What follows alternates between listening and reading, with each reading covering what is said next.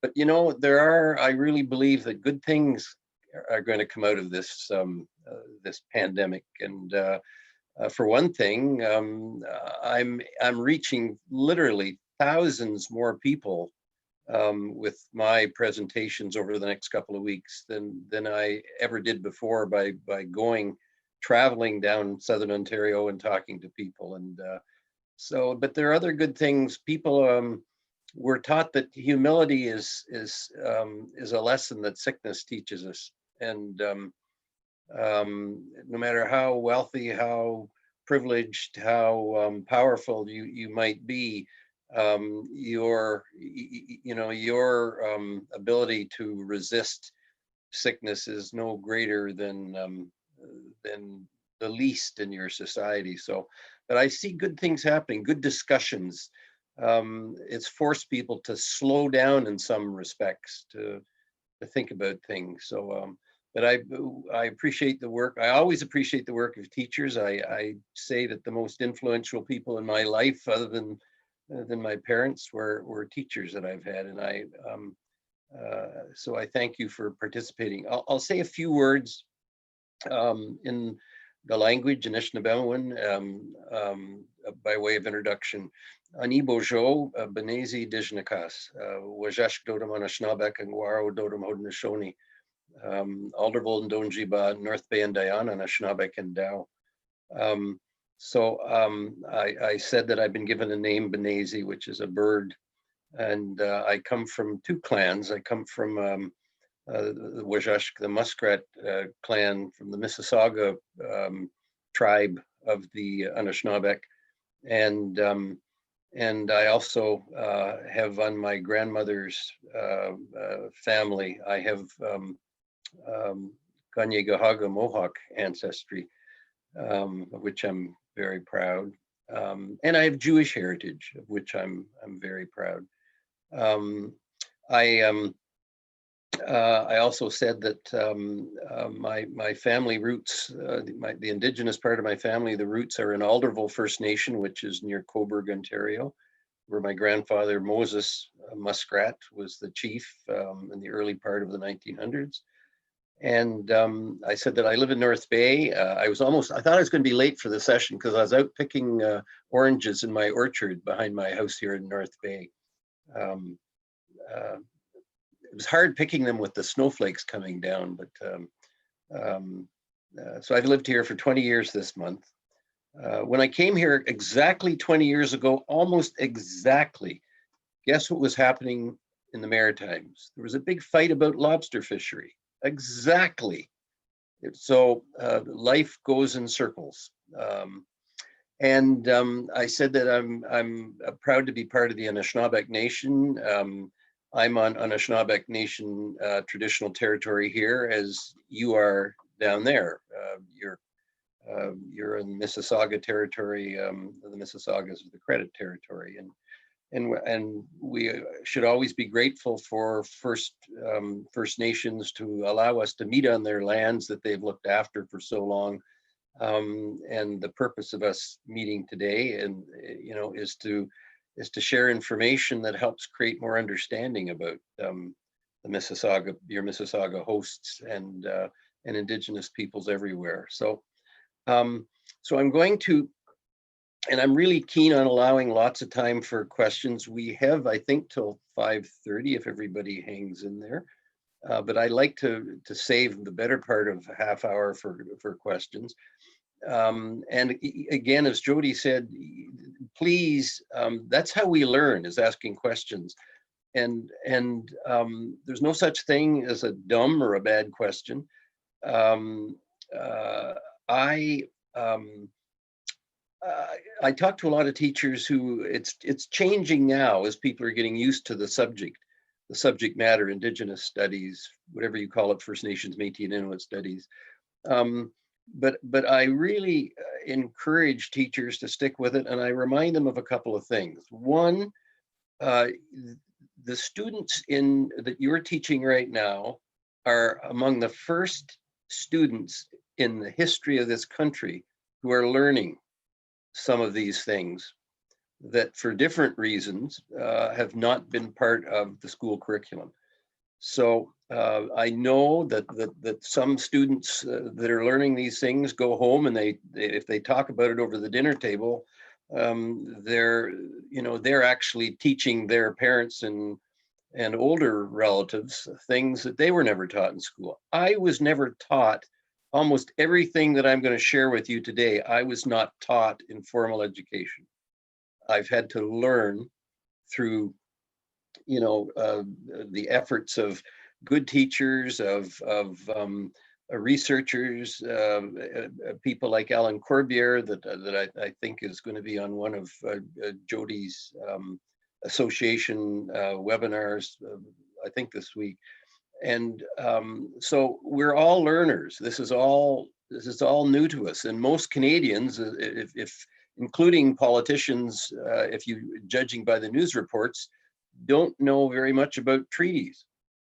So I sometimes think in my cynical hours that governments rely on that lack of education to get away with some of the things that are happening with regard to Indigenous peoples. So I just have to tell you that don't feel in any way that you're not qualified to be a teacher because you're not as familiar with this subject as you'd like. And I encourage teachers. I say there are two things I would ask you to remember. One, don't be afraid of the subject, Indigenous Studies, treaties, whatever. Just two, don't pretend to know anything you don't know. That's all. Those are the rules, and that applies to me as well as to you. And again, we find out what we don't know by asking, and by asking reliable sources. Some sources are not as reliable as others. It doesn't matter whether you're talking about Indian country or whether you're talking about other educational realms. So sometimes we have to learn the hard way that some sources are maybe more reliable and dependable than others. But one of the advantages for educators around Ontario is Jody's association called the First Nation Métis and Inuit Education Association of Ontario. I encourage everybody to use their resources. Many boards have signed on to support as members, and they have fabulous resources and multimedia resources. So I encourage you to use them. So we're going to talk about treaties today, and I'm probably going to spend about 3/4 of an hour talking about why treaties should be respected and honored by governments in Canada, and give you some examples of where they haven't been, and then near the end, I'm going to say that really, in a perfect world, treaties, probably Indian treaties, to use a historic term, probably aren't really important. So if that sounds like a contradiction, I'll try to explain that. Explain that later on. Remember, I said in a perfect world. We're not in a perfect world. So we'll start. And again, please, Jody will field your questions and comments, and they're much appreciated. So what I always start my presentations with this slide. It's an Anishinaabe teaching that has stayed with me. It was the first teaching I ever had, and it talks about the 4 gifts that we're taught the Creator gave the first person that was sent to this earth. Whether your story says it's a woman or a man, that's up to you.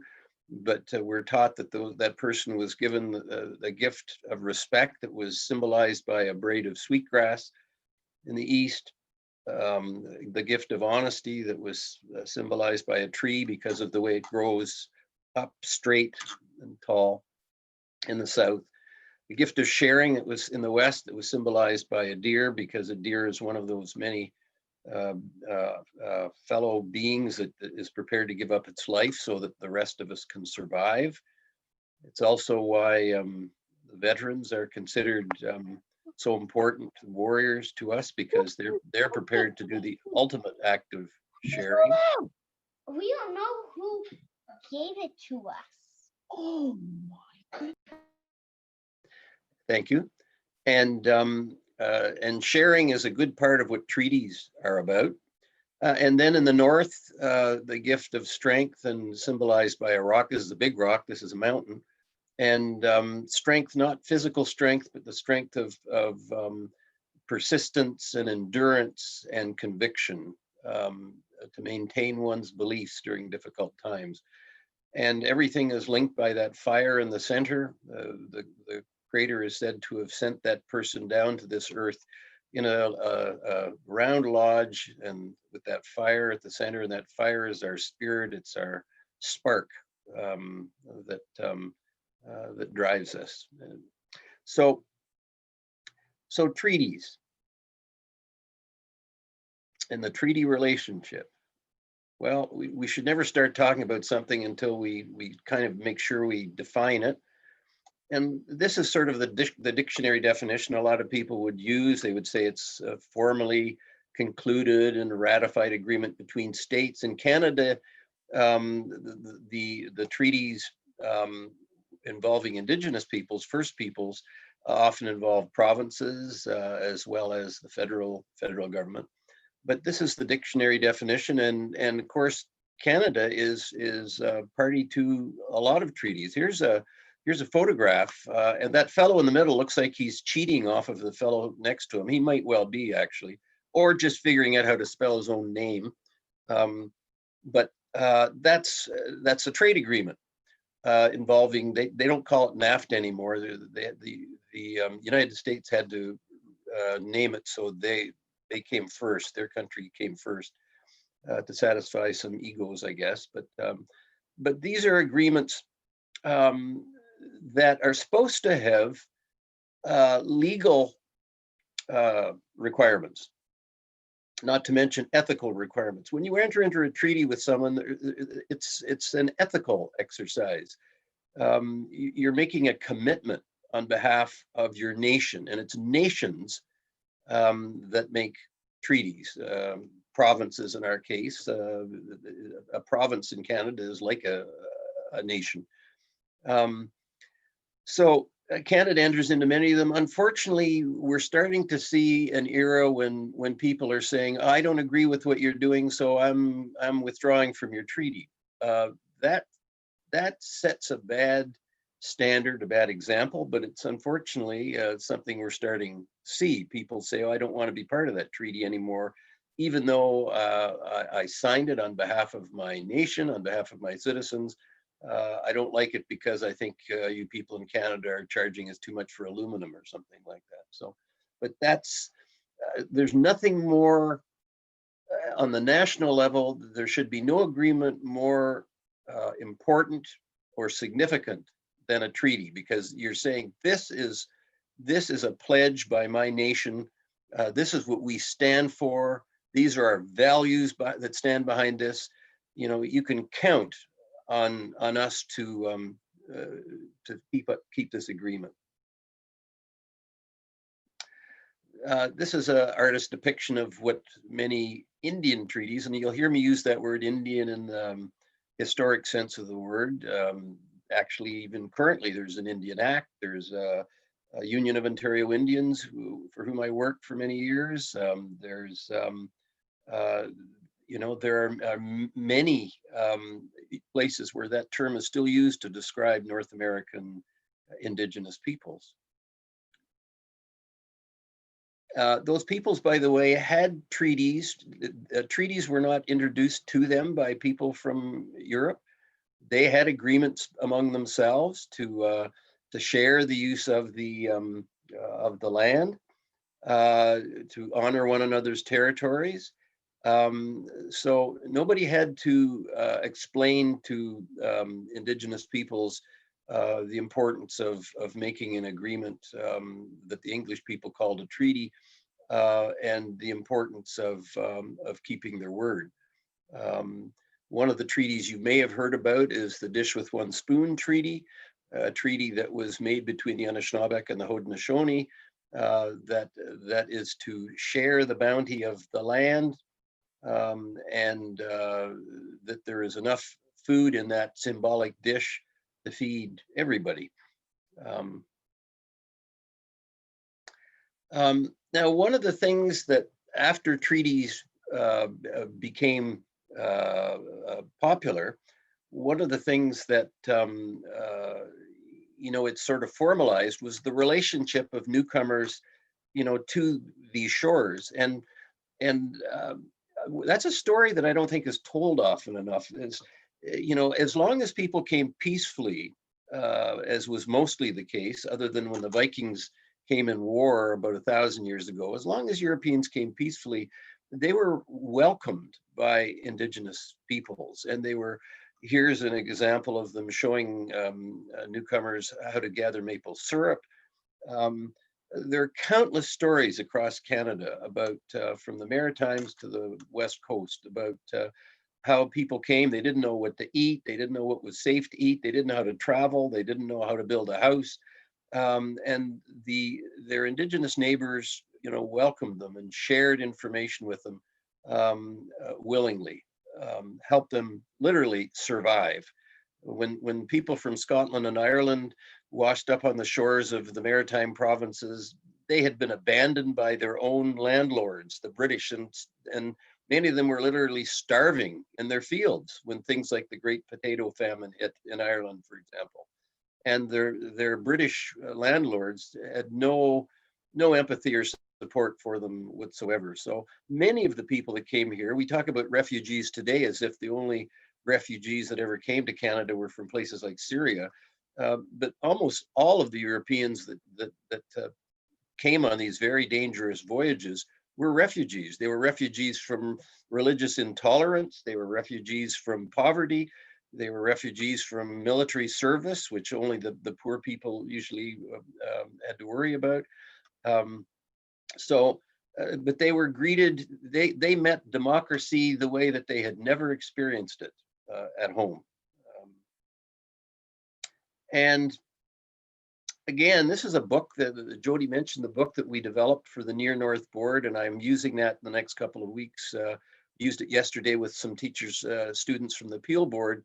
And again, the definition of treaty doesn't have to be a legal word. It doesn't have to be a contractual word. It can be a simple word like promise.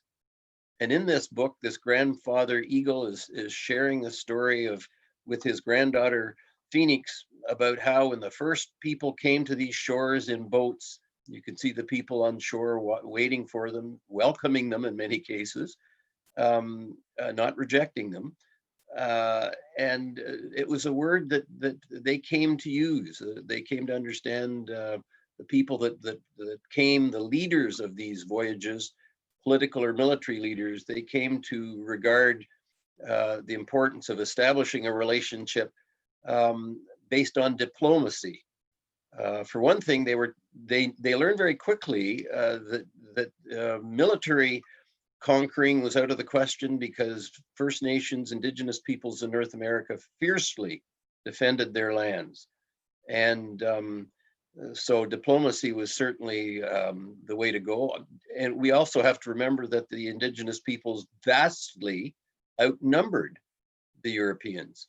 So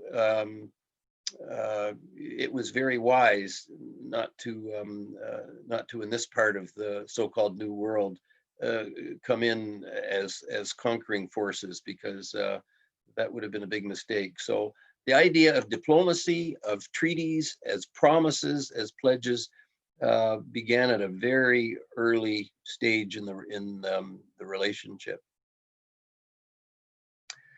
I like this photo because you can see a treaty being made. I think this one could have been in the United States. And you can see all the paper in front of the treaty commissioners and the military leaders. And you can see the Indigenous, the Indian leader, the warrior, holding out in his hands wampum belt. Those belts woven out of beads, often from shells of maritime clams like quahog shell. Um, they had stories woven into them, and they were recited and read and interpreted, and those wampum belts still last today. I don't know where any of those pieces of paper are. They might be in archives. They might have got all brittle and broken up. But many of those wampum belts are still used today in discussions, and that one image shows a great difference in worldview between different peoples involved in a treaty arrangement.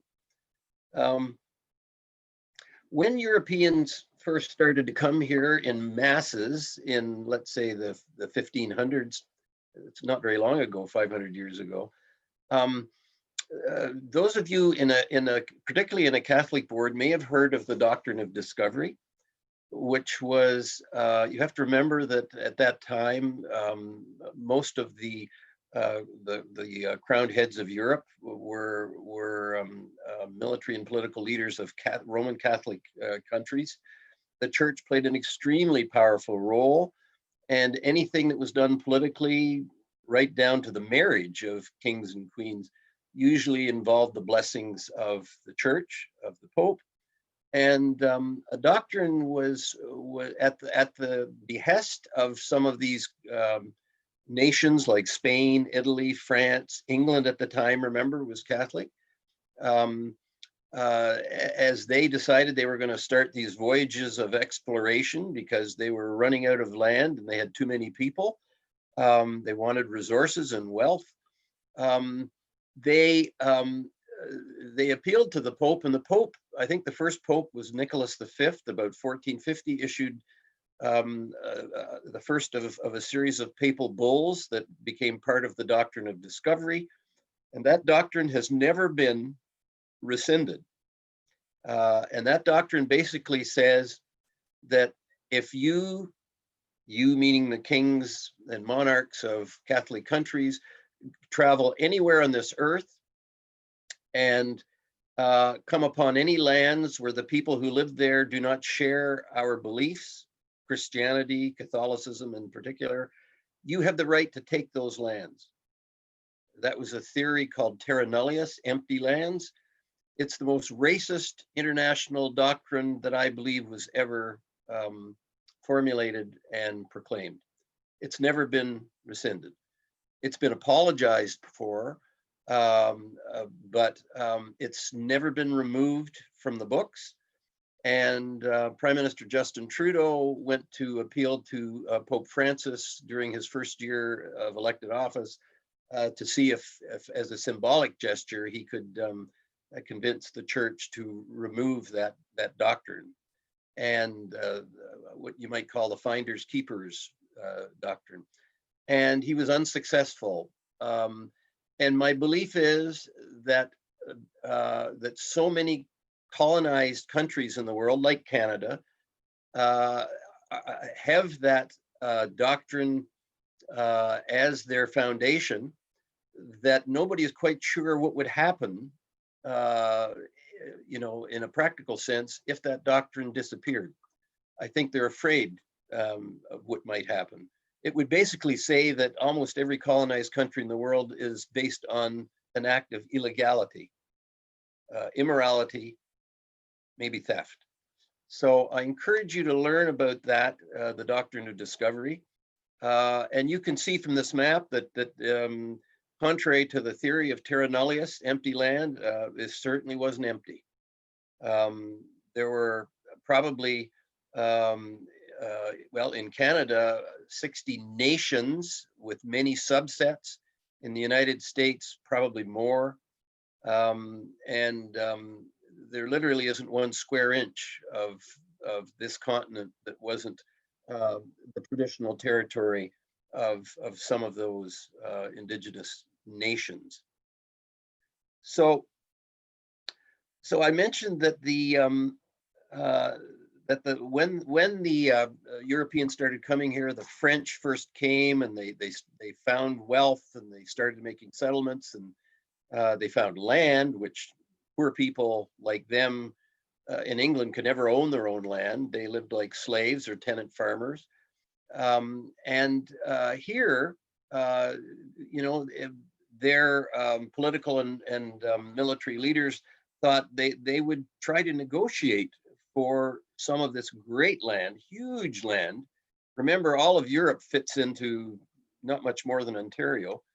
And so they decided to use this diplomacy with these friendly Indigenous peoples and start to find places where these settlements, you know, could exist. And some of their leaders, a person named William Johnson, who was ended up having a title after the British defeated the French presence in North America. The British were left by the middle of the 1700s with the colonies that became the United States on the eastern seaboard, and had made settlements from the Maritimes into what we call Ontario. So they recognized there were huge swaths of land occupied by Indigenous peoples. So they got their heads together, and William Johnson convinced the king that maybe it would be a good idea to start this relationship in a good way. And in October of 1763, the leader of the mightiest European empire that had ever existed, the British Empire, King George III, on the advice of his economic, military, and political leaders, issued the Royal Proclamation. And that proclamation said two things, basically. It said that the Indian tribes of North America are to be regarded as nations. That's a very significant statement that still is significant today. And not only nations, but nations that have title to the lands on which they have traditionally lived.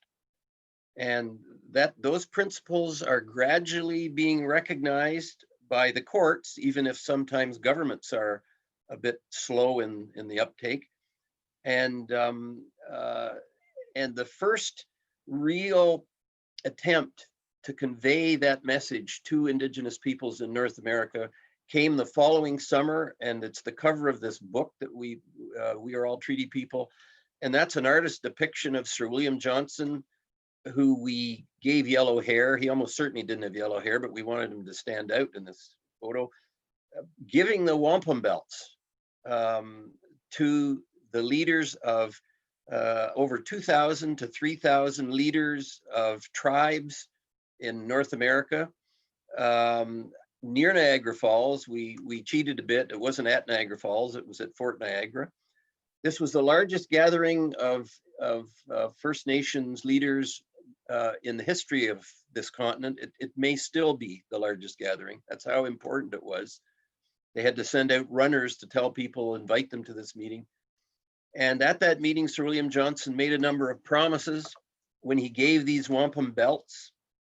And maybe I'll show you a miniature of that belt.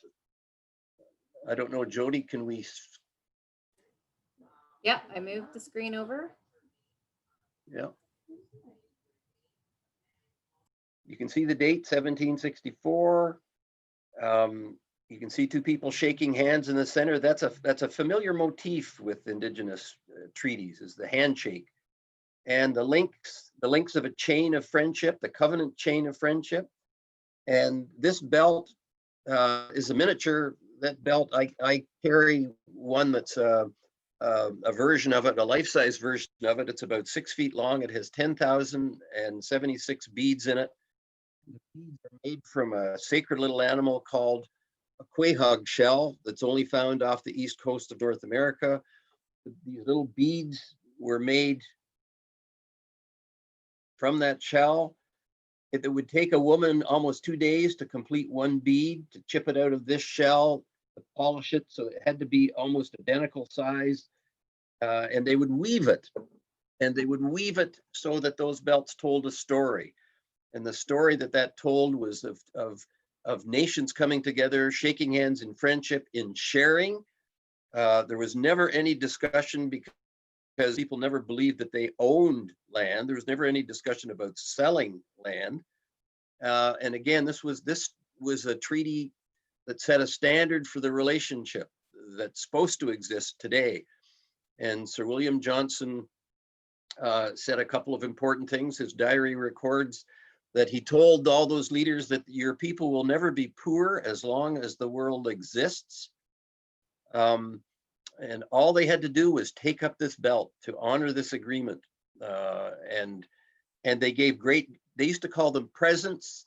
They probably would, that word probably would equate more in these days to rent, as a gesture of support, and all sorts of implements and guns and pots and pans, things the Indigenous peoples wouldn't have had. He also gave them 6,000 pounds sterling to distribute among their people, which in today's money equates to about $20 million. This was a very big event.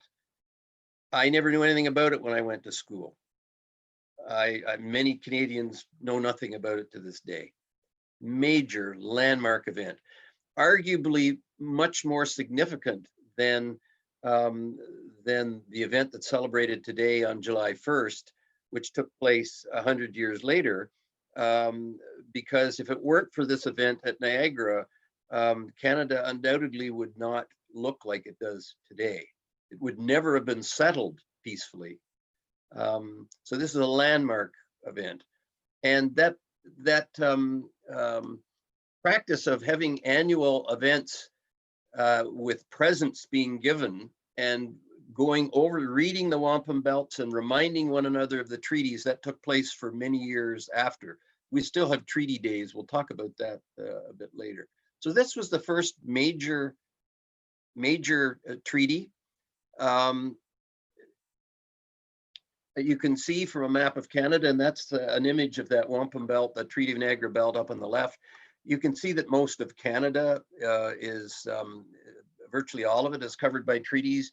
There's some areas of British Columbia that are not covered by treaties because Confederation took place around the late 1800s, and there haven't been too many modern treaties. But so you can see the extent of the treaty relationship. Unfortunately, after, and we'll talk about the War of 1812 in a minute, after that war was over and the country was deemed safer for settlement, the immigration just ballooned very quickly. All of a sudden, the Indigenous peoples found themselves outnumbered vastly, and their societies weakened by illness and by squatters, and they ended up accepting almost any terms that were offered in treaties to get off their land, and in most cases agreeing to move on to reserves, or as they call them in the United States, reservations.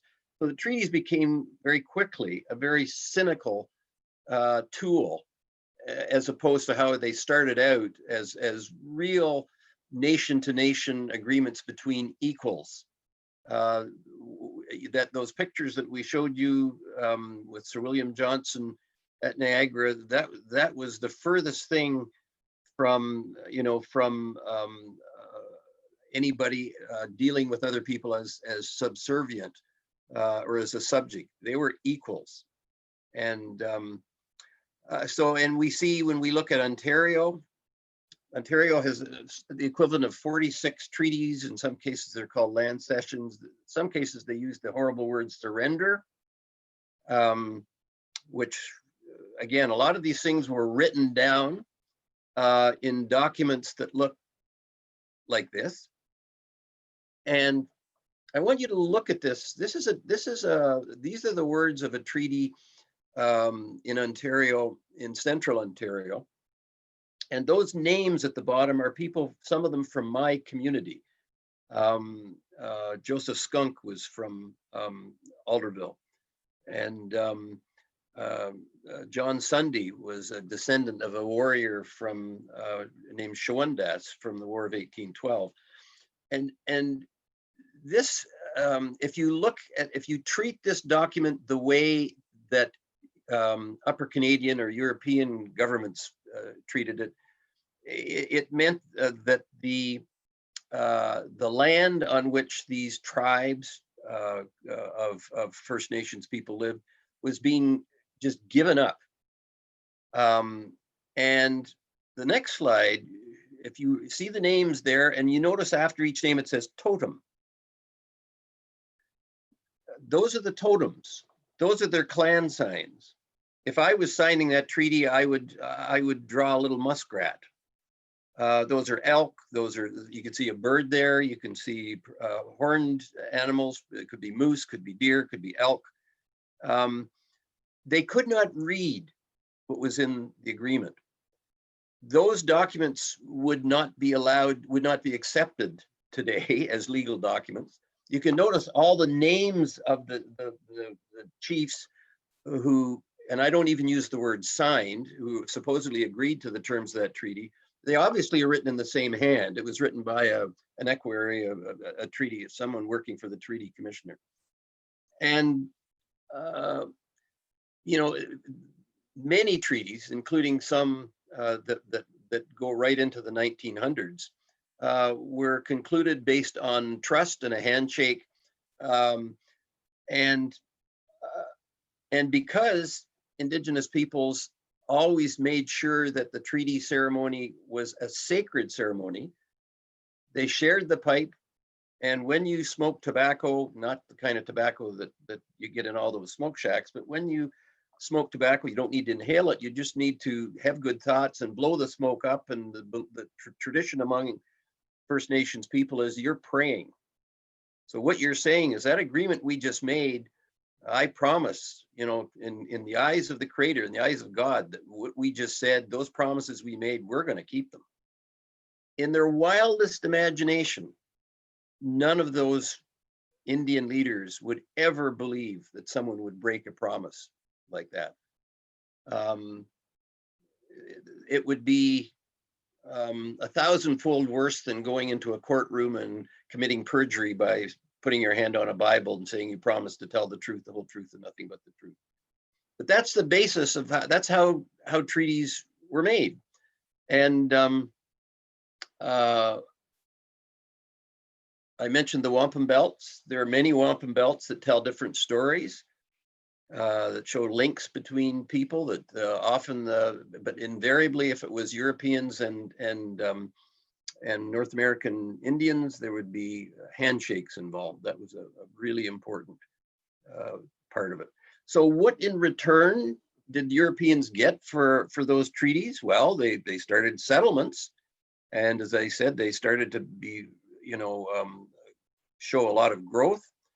One of the biggest things that Canada got was a military force that in the War of 1812, 10,000 Indigenous warriors literally were Canada's defense force. All of the British were back in Europe fighting Napoleon.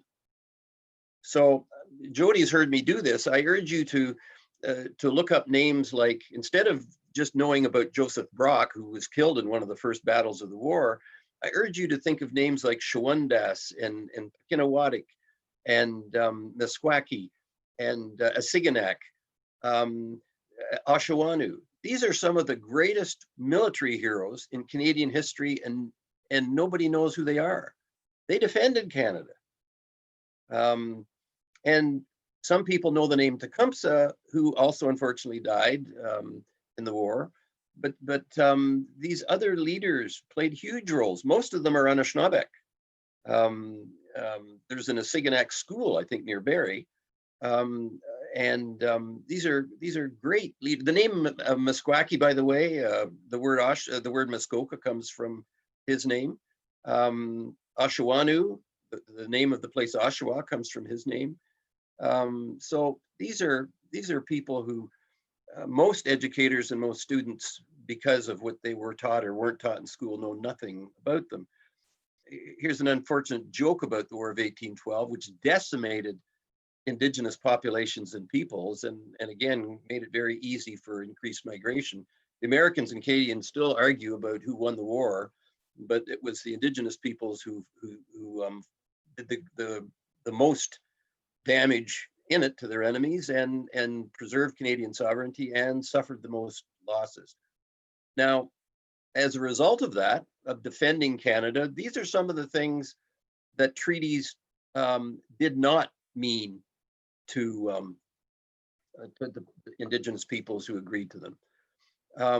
Despite those promises that your people will never be poor, as long as the grass grows, as long as the sun shines. This map, contrary to that earlier map showing that all of this continent was the territory of indigenous peoples, those teeny little red dots show reserves. And Indian reserves account for 0.2% of Canada. So literally, when you wonder why indigenous peoples didn't really do a lot of celebrating in Canada 150, it's because by different means, some political, some are very notorious, they have gone, as Joseph Gosnell from the Haida Nation, the Gitxsan Nation out west said, we've gone to being beggars in our own land. Just so you know, all of those reserves south of Nunavut together occupies less land than the one Navajo reservation in the United States. Nobody has figured out yet how to develop an economy without a land base, with the possible exception of Switzerland. And dealing with criminal bank accounts is not the kind of business that I don't think is going to be helpful to anybody. Here are two versions of what the treaty process meant. Remember, it wasn't 100 years before that great meeting took place near Niagara, in which the representative of the Crown at that time, Sir William Johnson, said, "Your people will never be poor. You will always enjoy what you enjoy now, your way of life, your lifestyle." And look at Sir John A. Macdonald's opinion. We've got to extinguish titles. And then you see the comment from one of the Mississauga chiefs below. You came as wind blown across the Great Lake. The wind wafted you to our shores. We received you, we planted you, we nursed you, we protected you, till you became a mighty tree that spread through our hunting lands, and with its branches you now lash us. And contrary to those treaty promises, you get the Indian Act, which is still in force. It's believed to be the only act in the world that is based on racist terminology. We weren't even considered people for many years. We couldn't vote until about 1960, off reserve. There's a pass system. You had to get a pass. I know many people who are still alive who had to get passes to leave the reserve.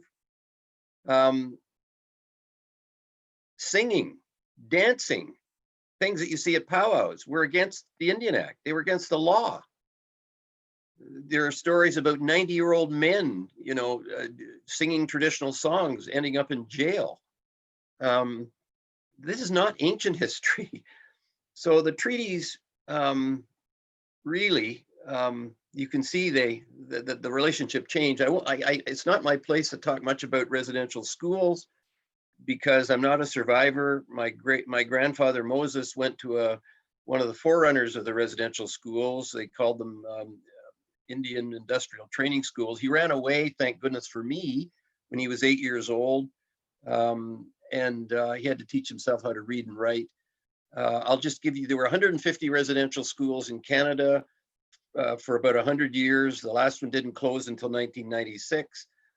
To date, they have tallied 6,000 deaths of Native students that attended those schools. 6,000 deaths. That means that it was more dangerous statistically to be an Indian child at a residential school than it was to be an armed Canadian soldier in World War II. Can you imagine if 6 out of every 150 students that went to your schools never came home? Can you imagine? It's unimaginable. So that handshake, it didn't sort of have much lasting effect. And when our Prime Minister says we will fully implement the calls of action of the Truth and Reconciliation Commission, one of those calls to action deals with putting life into the treaties. There are many others, there are 93 others. But 25 years earlier, there was a Royal Commission on Aboriginal Peoples that had 440 recommendations. Many of them similar to the 92 calls to action, the 94 calls to action in the TRC. So if you think that Indigenous peoples are skeptical or angry or impatient, this is, hopefully you'll understand a bit. We're coming up to Remembrance Day. And statistically, nobody enlisted more in Canadian military service than Indigenous peoples. My community of Alderville, at the time of the First World War, there were 63 adult males in Alderville. 38 of them volunteered for military service. Partly because it paid them a living wage, but partly they wanted to defend their land. And historically, some of Canada's greatest warriors, going all the way back, I mentioned the name of those other leaders, but Tecumseh is one of them. Corporal Francis Pegamagabo from Wissahickon near Parry Sound, there's a little monument to him. Sergeant Tommy Prince from Broken Head Indian Reserve in Manitoba. Those are real war heroes. There are many others. In the United States, you might have seen that famous photo of the Marines going up Iwo Jima and raising their flag. It's a landmark kind of photo for Americans. It's considered just an image of what they stand for. One of those Marines was Ira Hayes, an Indian. So we have paid our part of the treaty agreement. The first people that go into powwows are veterans, because, as I said earlier in that teaching, they have paid the ultimate, are willing to pay the ultimate price, the ultimate sharing. The National Aboriginal Veterans Monument was erected a few years ago in Ottawa on the left. The one on the right is my great-grandfather's team of horses helped build that monument in the 1920s in Alderville, in my community. That's how important defending Canada has been to Indigenous peoples. And that monument has the names of people from my community, Alderville, including 3 of my uncles. My grandfather's name is there, who were put on a uniform and defended Canada, partly because they had made promises to do that hundreds of years before. That's a picture of me showing, those happen to be teachers. I can't remember where they're from, Southern Ontario somewhere. And those are the wampum belts from Niagara, the 2 on the outside. I've got my hands on the Treaty of Niagara covenant chain belt. The one in the middle of the other, between it and the other belt, is the 2-row wampum, which was first exchanged with Mohawk people and Dutch in Upper New York State in about 400 years ago. And a classic image of those 2 purple lines depicting parallel voyages between settlers and Indigenous peoples, not interfering with one another, but respecting one another's journeys. And that bottom belt is called the 24 Nations belt, which depicts a number of nations that were at Niagara for that treaty in 1764. There actually were more than 24 nations, but you can appreciate it took a long time to make that belt. They couldn't just whip out, sort of an addition to it. And again, the promise, your people will never be poor as long as the world exists. If you just agree to share this lovely land with you. Annual treaty meetings to share the gifts have been going on for decades. It's a tradition. There's always a mounted policeman there. This one is back about 100 years ago. And this is what they look like today. There's still a mounted policeman there. And the Robinson-Huron Treaty that affects 21 First Nations on the North Shore of Lake Huron was agreed to by their ancestors because their ancestors elicited an agreement from the governments of Ontario and Canada to share the wealth and that would come from those lands. And they knew when they sought those treaties, the governments knew that there had been minerals discovered, and so they had hoped that they could convince the First Nations to share the use of that land with them, and they promised there would be wealth shared. So in 1850, the treaty was enacted. Every one of the 21 First Nations members got $2 each, which was in 1850, that was a substantial amount of money. And they doubled that to $4 about 10 years later. And here's a picture of people going to a treaty meeting last year. That lady is collecting from a treaty out west because the people from the Robinson-Huron Treaty don't get $5. They still get $4. And that's for sharing territory out of which companies like formerly Inco, E.B. Eddy, huge forestry companies and mining companies have taken an estimated trillions of dollars.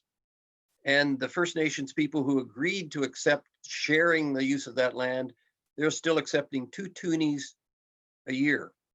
As I say, out west, they may be a treaty where they get 5, so she's collecting probably for everybody in her family. Unfortunately, as is the case with so many treaties that were considered honorable, legally binding contractual agreements that were going to last forever, Robinson-Huron nations have had to take the governments of Ontario and Canada to court, costing hundreds of thousands of, quote, taxpayers' dollars. And the first step of the stage of the court case, they've received favorable judgment. The judge, Tricia Hennessy, said, yes, these agreements are still in force. They've never been extinguished. And the promises that were made, depict a relationship that the government still says it wants. The Prime Minister Trudeau says that no relationship is more important to his government than that with Indigenous peoples. So, but it's awful when you have to take someone to court to get them to keep a promise. Indigenous peoples have given in many other ways back to this country, despite a lot of odds against them, despite residential schools, despite a lot of imposed poverty, exclusion from from the economy, which is happening with the Mi'kmaq fishers right now. Some of them can become world-class hockey goalies like Carey Price, world-class artists like Leland Bell, who lives in Sudbury. His home is Wikwemikong.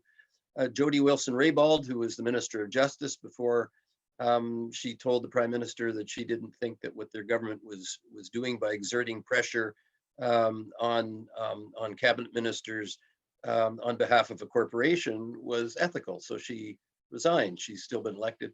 Dr. Nadine Caron is a Métis woman who is a surgeon in one of the Western provinces. So those are just 4 small examples of people who contribute to Canada, and there are many of them.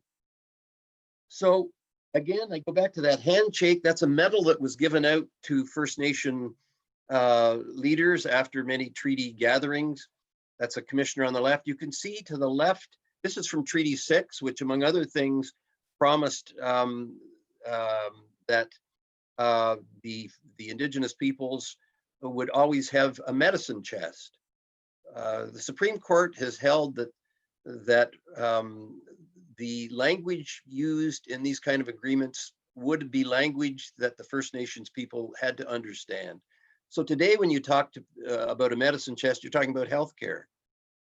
They also promised there would always be a schoolhouse provided for that First Nations that signed the treaty. That's education.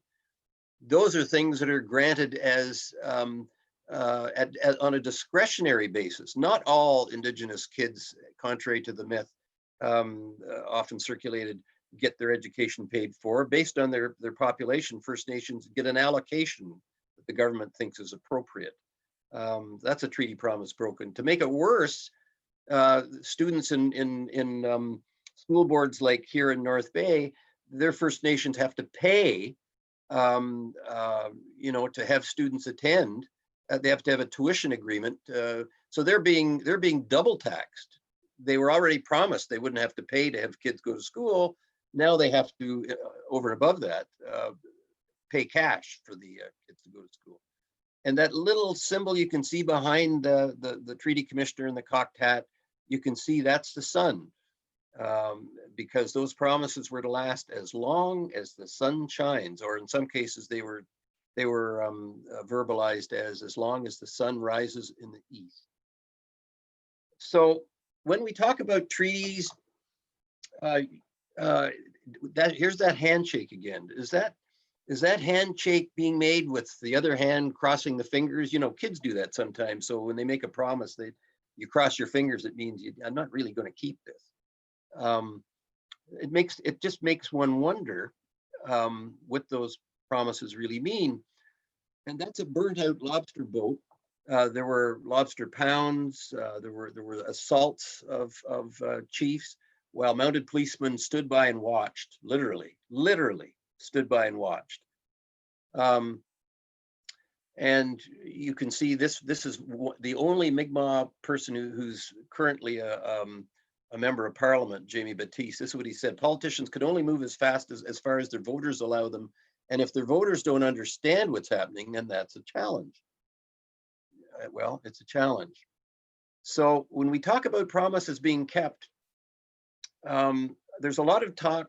It's not as pronounced these days, because I think that journalists and certainly judges are learning more about Indigenous issues than they did before.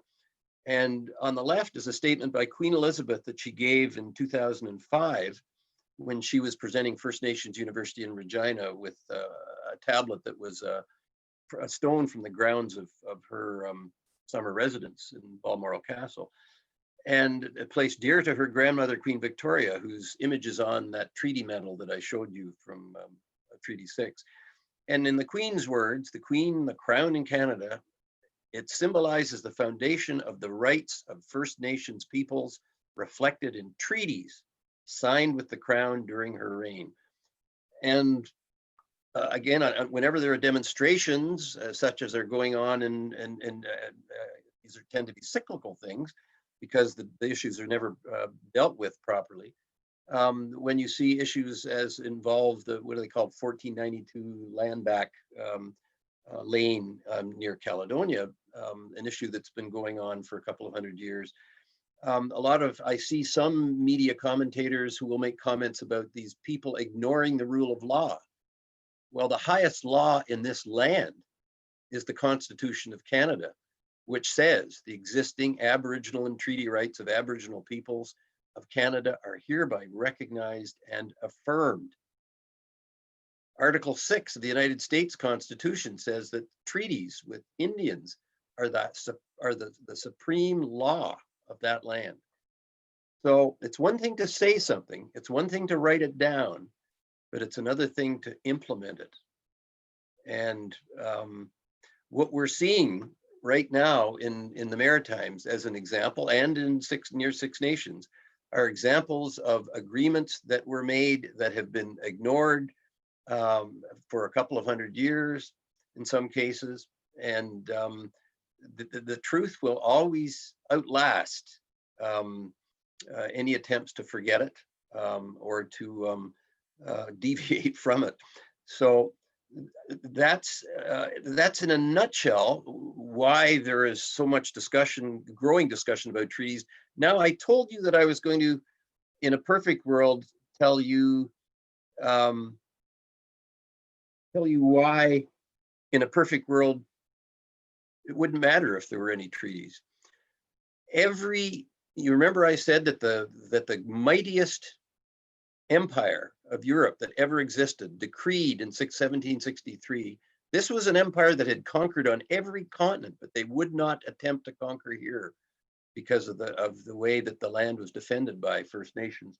So in their diplomacy, they said the Indian nations of North America, the Indian tribes of North America are to be treated as nations. So what's the definition of a nation? Well, people of all nations have what we call inherent rights. Your rights, as if those of you who are European descent, your rights are covered in the 1982 Constitution Act, the same one that was supposedly recognized and affirmed treaty rights. Your rights to everything from freedom of speech to freedom of assembly, those are your rights. Those are human rights. So if you consider, as the leader of the mightiest nation in the empire in the world, considered that Indigenous peoples are nations, they have inherent rights to manage their own affairs, to feed themselves, to feed their families, to do anything that people of any other nation. The problem is that Canada is between a rock and a hard place. Their ancestors colonized the country. They anticipated that Indigenous peoples were going to disappear, and we haven't. So now they have to deal with a situation where they made promises that are legally, ethically, and if you're interested in spiritually invoked and made. So that's where we stand now. Is we stand because Canada does not know how to implement either the inherent right of Indigenous peoples, which again is part of the Charter of Rights, of the human rights, that everybody in this country is supposed to have inherent rights, and Indigenous peoples, First Nations, were told that they could have inherent right to self-determination. Canada is signatory to everything from treaties to their own constitution, to the United Nations Declaration on the Rights of Indigenous Peoples, to all sorts of legally binding instruments that say Indigenous peoples have a right to determine, their own affairs.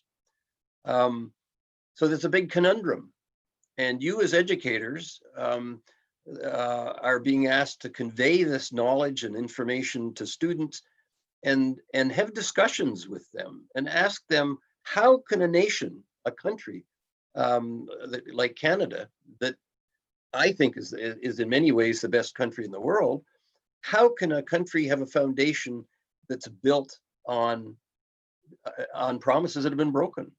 I gather there was some discussion when I suggested that when I was asked what a good title for this workshop would be, I said, well, how about Treaties, Canadian hypocrisy? Well, hypocrisy, the definition of a hypocrisy is saying one thing and doing something else. As far as Indigenous peoples are concerned, there's no better example of that than the treaties, or in many of the other promises that subsequent governments have made, whether it's in laws that have been passed, in constitutions. And so again, your job as educators, that you inherited this, and I hope that you encourage your students to ask the questions, to get answers, because someone has to answer why these apparent contradictions and hypocrisies exist. I suggest that the people who are accountable are the people who are elected to lead this country. And until all citizens hold them accountable, these scenarios are going to repeat themselves. As I said, it's 20 years ago this month that almost exactly the same thing was happening on the docks of lobster fisheries in Nova Scotia. So I'm going to end there with this teaching, and ask that everybody understand that as far as this teaching goes, that all that is needed to make this world, to exist in this world, is showing respect for others, being honest, sharing, and being persistent in one's belief system. Those are all the gifts that are needed to be good governors, to be good educators, to be good people. So miigwech for listening, and I'm really hoping you've got some pointed and pertinent questions. Miigwech. Miigwech, Maurice. And yes, the chat box is lit up with questions. So there's some great questions here that have come through. So I'm just going to scroll back up through the chat box to see here, to go back up. Just so everybody knows, I did, there was somebody had asked a question about some of the people that Maurice was speaking to, and I did pop into the chat box a resource that is shared out just after Treaties Week on Indigenous Veterans Day. So I did put that in the chat box. There's a link. It's a bit.ly link called DP Veterans, and it highlights many of the people that Maurice spoke about. Okay, so question here is, Maurice, can you address why the Canadian government refuses to get the OPP of Caledon Treaty lands and the RCMP off unceded Wet'suwet'en land in British Columbia? So maybe talking about, even having an understanding of how the RCMP was even formed. Many people don't even know that. Well, one of the thanks for the question. One of the complications, one of the things that has complicated life for Indigenous peoples was when Canada began to form as a country. At one point, it started hiving off, as they do in other countries, certain jurisdictional issues. And the big one is natural resources. And that was hived off to the provinces. So you end up with provinces creating things like hunting and fishing seasons, and Indigenous people's relationship was traditionally with the Crown, and the leading representative of the Crown in Canada is the federal government. So Indigenous peoples have been ping pong balls in jurisdictional disputes between federal government and provincial government, and that's led to the type of issue, contributed to the type of issue that exists in hunting and fishing, whether it's lobster fishing or fishing here in Lake Nipissing. There are constant fights about treaty rights to fish, which the fishermen here, as the lobster fishermen in Nova Scotia, they have a treaty right to fish 365 days a year, period. They have a right. And whatever anybody says about, oh, we have to observe conservation or whatever, how do you get to be alive for 30,000 years if your people don't know how to conserve resources? Nobody has anything to teach Indigenous peoples about conservation. And when they put 500 lobster traps in an area in which there are usually 500,000 lobster traps by non-Indigenous fishermen, I mean, I've been reading the comments by scientists and climatologists and and experts. They say that's just a joke, be talking about conservation. So that's one issue. With regard to issues involving police, as I said, the RCMP stood on the docks and watched crimes being committed in Nova Scotia. One of the challenges is because, as Jody alluded to, the Royal Canadian Mounted Police were initially launched as the Northwest Mounted Police to make it easier for the Canadian Pacific Railway to cross Indigenous lands, which is why some of the numbered treaties came into effect. They were to police Indigenous peoples. They were that was their main purpose, and so you get scenarios where in Ontario, the OPP are very gun shy with some justification after the death of Dudley George in 1995 at Kettle and Stony Point. They still don't quite know how to deal with what's known in legal circles as the color of right. which means it's a legal term, which means that when you are staging a legal protest because of rights that you honestly believe you hold, and treaty rights are those, it's not like you're just a vandal, you know. It means that you're doing what you're doing with some sense of legality behind you. The unfortunate thing, whenever there's a legal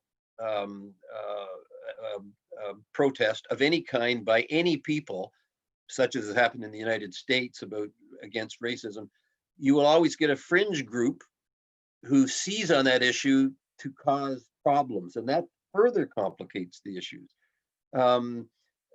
So at Caledonia, you know, there are people who insert themselves into what otherwise might not be a happy discussion, but it would be one based on truly held beliefs. You get people who decide that they're going to use that occasion, you know, to make noise. Out west, again, it's very complicated because there are people who are traditional leaders, not elected in popularity contests like the government forced First Nations, a system forced First Nations to adopt, who are against pipelines because for one thing, they inevitably cause environmental damage.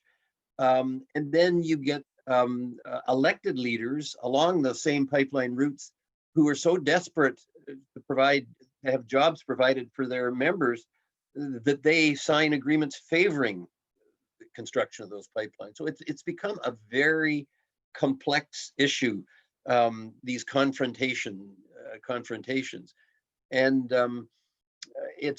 what really helps resolve these issues is when other Canadians weigh in on them to show their support.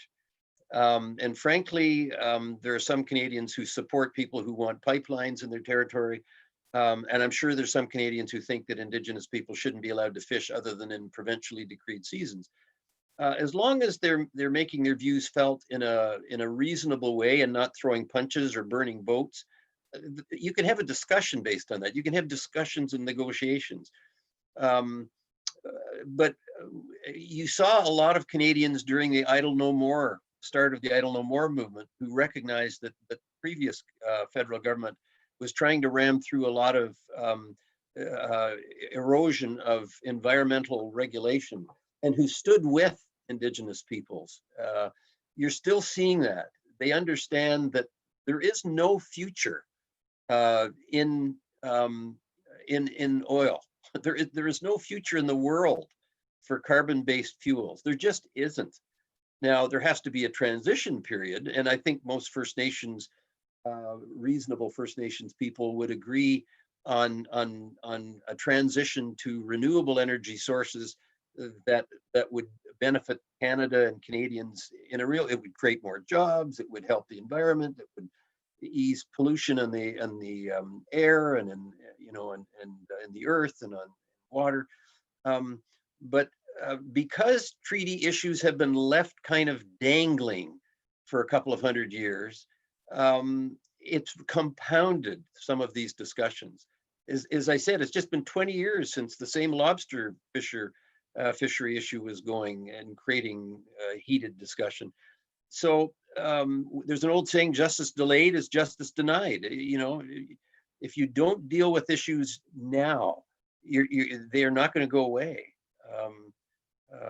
I know that the governments of Upper and Lower Canada, in Lord Durham's report of 1840, they thought that they even wrote that they thought that Francophones were going to disappear. They were going to assimilate into general Canadian populace.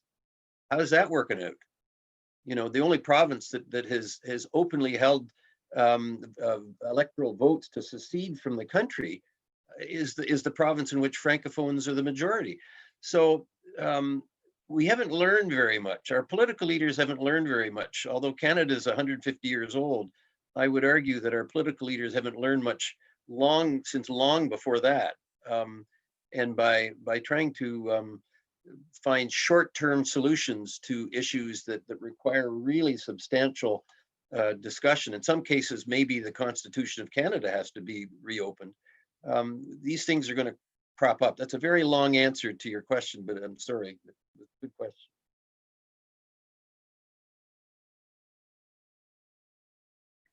So there's another question here. Now this is from Sophia. I don't know if Sophia, if you want to unmute yourself and ask the question, because it was connected back to when you were talking earlier in regards to the Indian Act. So Sophia, do you want to just ask the question yourself? Sure, I can. Hi, Okay. Maurice. Thank you for Hi. such a great presentation. My question is, Oh, we lost your voice. Oh, of human and things like that. Sorry, Sophia, you're cutting out and we can't hear the actual question. And cultural things and that type of thing. I'm just also, a second part to my question is, why does the Indian Act still exist in any form? Is there not?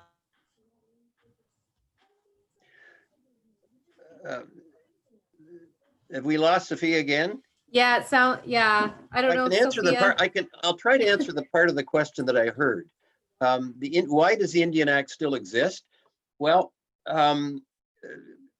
first, I think almost every First Nation leader of 600 odd First Nations in Canada that are really communities that are part of about 50 or 60 larger nations, like the Anishinaabe Nation, the Haudenosaunee Nation. I think they would all say that the Indian Act has not helped anybody, and they would love to see the day when it doesn't exist, because it controls everything from your birth, whether you can call yourself an Indigenous person, to your death. And technically, someone in Ottawa has the right to, to look at your will, to probate your will when you die. If you die in a reserve, technically they have that right under the Indian Act. They have the right to get a band council to spray get permission from Ottawa to spray for noxious weeds. I mean, it's the most patronizing, racist piece of legislation that was ever created in this country. But Indigenous leaders are not going to easily. There are also some protections in there. They protect some taxation issues. Indigenous peoples are not be taxed, although I pay a lot of taxes because I live off reserve, but we never agreed to any taxation of any kind. There are protections about who can what you can do with the land on a First Nation. There are a number of things that it protects. So until the government of Canada is willing to negotiate, prove that they can keep promises, for one, but negotiate something that in the form of self-government that gives First Nations communities and nations the some guarantee that they have the true right of self-determination. They've been reluctant to release the Indian Act just to see it disappear. I don't think you're going to see it disappear until those other negotiations are completed and take place. Some First Nations have negotiated out of the Indian Act, the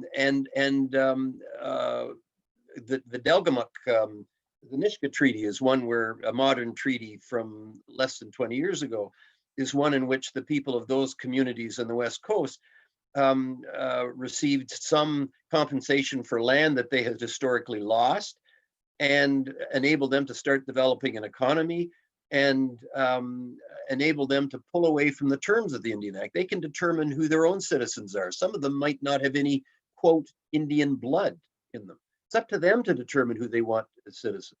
Same as it is for any nation. Canada can determine its citizens, but First Nations can't.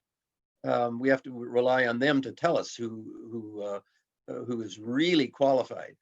So that's the Indian Act it will, in the lifetime of some of your students, I think the Indian Act will be gone. But there can't be a vacuum. There has to be something substantial and comprehensive that ensures that First Nations have some level of self-determination before that Indian Act is going to disappear.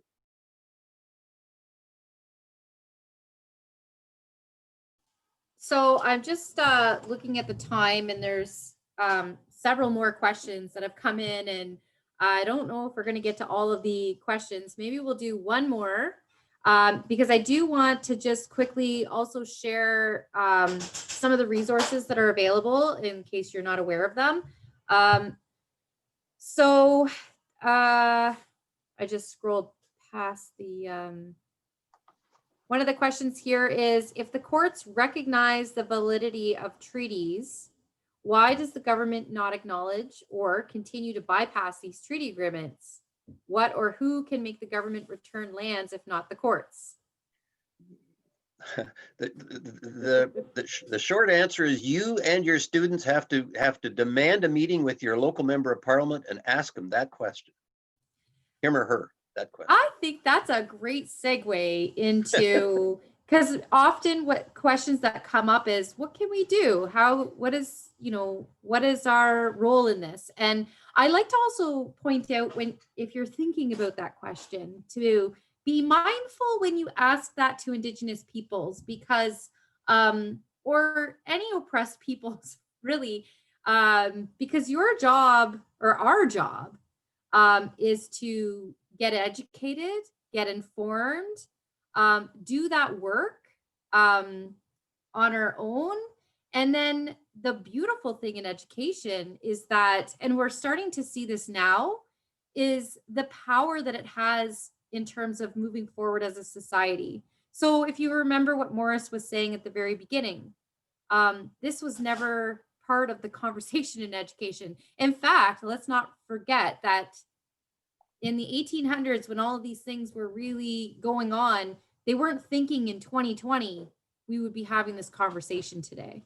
And so the more we do in education, we're going to be creating kids that will grow up into become adults, are going to hopefully think differently. Hopefully they're not going to be racist. Hopefully they'll make different decisions as they move into different, whatever it is that they're going to be doing in their life as jobs. They could be future lawyers or judges. They could be, we just don't know. So it's so very important that we're having these conversations, that we are teaching this, that we're exploring and looking at how do we empower kids how do we mobilize them to be active?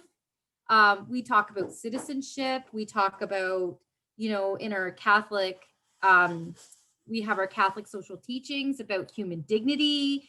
There's so many ways that we can really encourage and inspire students to take action on any one of these current issues even that's going on. So on that note, I want to just mention, because Maurice is going to be, I'm going to screen share for a second. He is going to be doing some live streams. If you're not aware of this, hopefully, can you see this picture that I'm showing? Can you see, Maurice, can you see the picture that I'm showing? All I can see is my slide. Okay, I've got the wrong, hang on, let me do it again. Okay. So this one is, okay, so you should be seeing, yes, this is the elementary event. So on November 9th, if you register here, there's an opportunity for a live stream right into your classrooms for elementary. So Maurice will be talking about treaty, another word for promise, to elementary students. And then we have one later that afternoon. I will just share this one here. And this is going to have a bit of a focus, more of a focus on Indigenous Veterans Day. Great for grades 7 to 12. And again, talking about some of the things that were mentioned tonight here in our session. And if you're not aware, I do have an email group called Indigenous Education Group. And if you are not on it, please send me an email asking to be put on it. And this is how I share out information such as these events. Lots of other resources have been sent out as well through that group. So I'm happy to share all of those if you haven't received those through the various ways that our board does communications. So the reason why I started that email group is because I know, being a teacher, you don't always get the information that is sent out through the system. It doesn't trickle down into our hands. So it's just another way to get that information. This session is recorded, and I'll share out the recording, and I'll share the link. We have a link on our board website where all of our webinars are posted. So I'll share out that link as well. And as we wrap up here, Maurice, do you have any final words you want to share with us in closing? Thank you. I want to thank the teachers for participating. I just want to emphasize something. I do not blame any of you who are listening to this for the things that are wrong. As I've said, I've seen education change so much. I don't expect everybody who's listening to what I say to agree with what I say, but I really respect you exposing yourself and your students to a view of this country's history and current situation that is at least different. It offers a different perspective. That's very important because that's been missing. And I can tell you that I see in the students that I encounter at all ages, from elementary, junior elementary to university, a greater sense of the importance of justice and fairness in this country, far exceeding what I remember as a student myself or subsequently. And I really appreciate all you do. Teachers are at the leading edge of one of the greatest socioeconomic, it's almost an experiment, but it's a reconciliation that has ever happened in this country.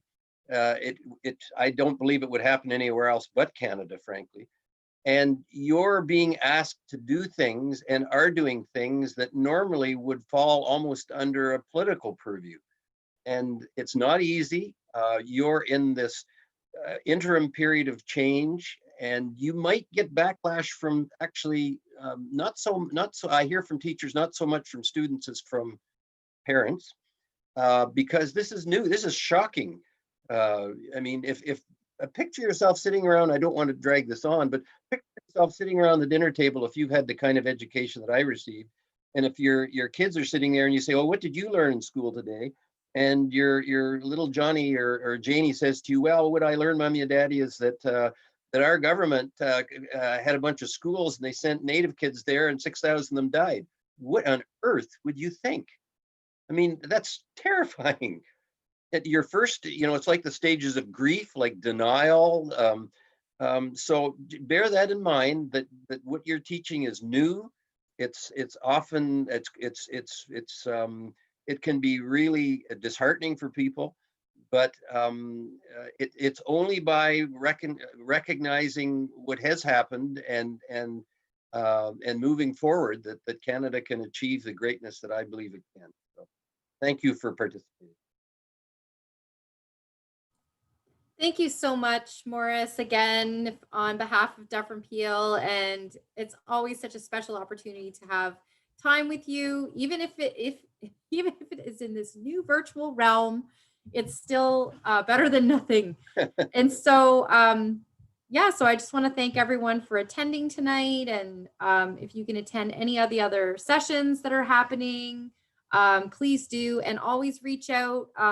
We're happy to help you in your classes and what you're teaching and provide resources. And so always ask. I constantly ask Maurice all the time. I check in with him. So thank you, everyone. Have a good night. Stay safe. And we'll see you on the next session. Yes. Bye-bye. Thank you so much. Bye-bye.